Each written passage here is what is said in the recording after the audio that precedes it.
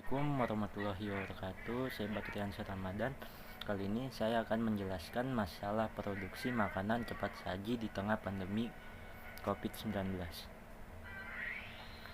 Pertumbuhan industri makanan dan minuman atau MAMIN berpeluang terhambat selama pandemi corona atau COVID-19.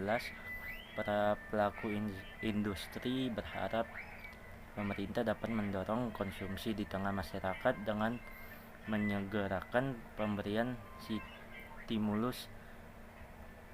Agustus Sani Nugroho, Direktur Utama PT Sentra Food Indonesia atau TBK, melihat prospek bisnis makanan saat ini masih konservatif. Meski demikian, Food tetap berusaha meluncurkan beberapa produk baru, yakni makanan siap saji dalam kemasan. Prospeknya produk tersebut cukup baik, namun kami belum dapat bergerak seluas-luasnya di pasar akibat berbagai pembatasan yang secara langsung membuat pasar sangat tertekan. Apapun secara penjualan, menurut manajemen belum terlalu memberi kontribusi secara signifikan bagi total pendapatan Food. Menurut Agustus, pasar selama pandemi ini cukup tertekan. Oleh karenanya, manajemen sempat memproyeksikan bahwa pendapatan tahun ini akan turun sekitar 19% dibandingkan tahun lalu menjadi 102 miliar. Sementara itu, Direktur PT Garuda Food Putri Jaya Tbk atau GUT, Paulus pernah mengatakan bahwa pihaknya melihat prospek bisnis di kuartal ketiga 2020 ini masih terdampak efek wabah COVID-19, sehingga bisnis belum dapat pulih secara sedia kala. Namun kami berharap kebijakan pemerintah yang memberi stimulus seperti pemberian bansos hingga gaji ke-13 untuk PNS dan pensiun dapat menggerakkan ekonomi di daerah-daerah sehingga mampu meningkatkan daya beli masyarakat dan pada akhirnya dapat mempercepat pemulihan ekonomi nasional. Di akhir tahun ini, Paulus menyebutkan GUT dalam meningkatkan penjualan melalui jalur distribusi, segmen dan pangsa pasar yang baru, serta peluncuran produk baru yang inovatif.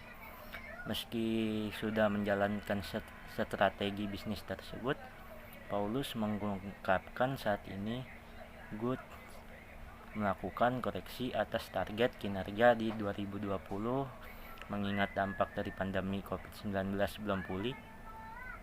Hanya saja beberapa koreksi belum dijabarkan dari laporan keuangan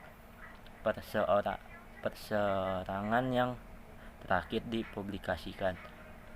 Sampai dengan kuartal pertama tahun ini, pendapatan bersih perseorangan turun menjadi 1,75%, secara tahunan menjadi 2,24 triliun. Penurunan kinerja juga dialami produsen barang konsumen dan minuman PT Kino Indonesia Tbk atau Kino. Mengutip laporan keuangan semester 1 2020, Kino mencapai laba bersih 108,64 miliar, anjlok 67,5% dibanding semester 1 2019 mencapai 365,29 miliar. Kurang lebihnya mohon maaf. Wassalamualaikum warahmatullahi wabarakatuh. Menyiapkan sejumlah strategi, yakni melakukan prioritas aktivitas yang memberikan dampak langsung terhadap pencapaian perusahaan, kemudian melakukan efisien atau penghematan biaya kegiatan operasional perusahaan. Selain itu, Good juga tetap berupaya menciptakan terobosan-terobosan baru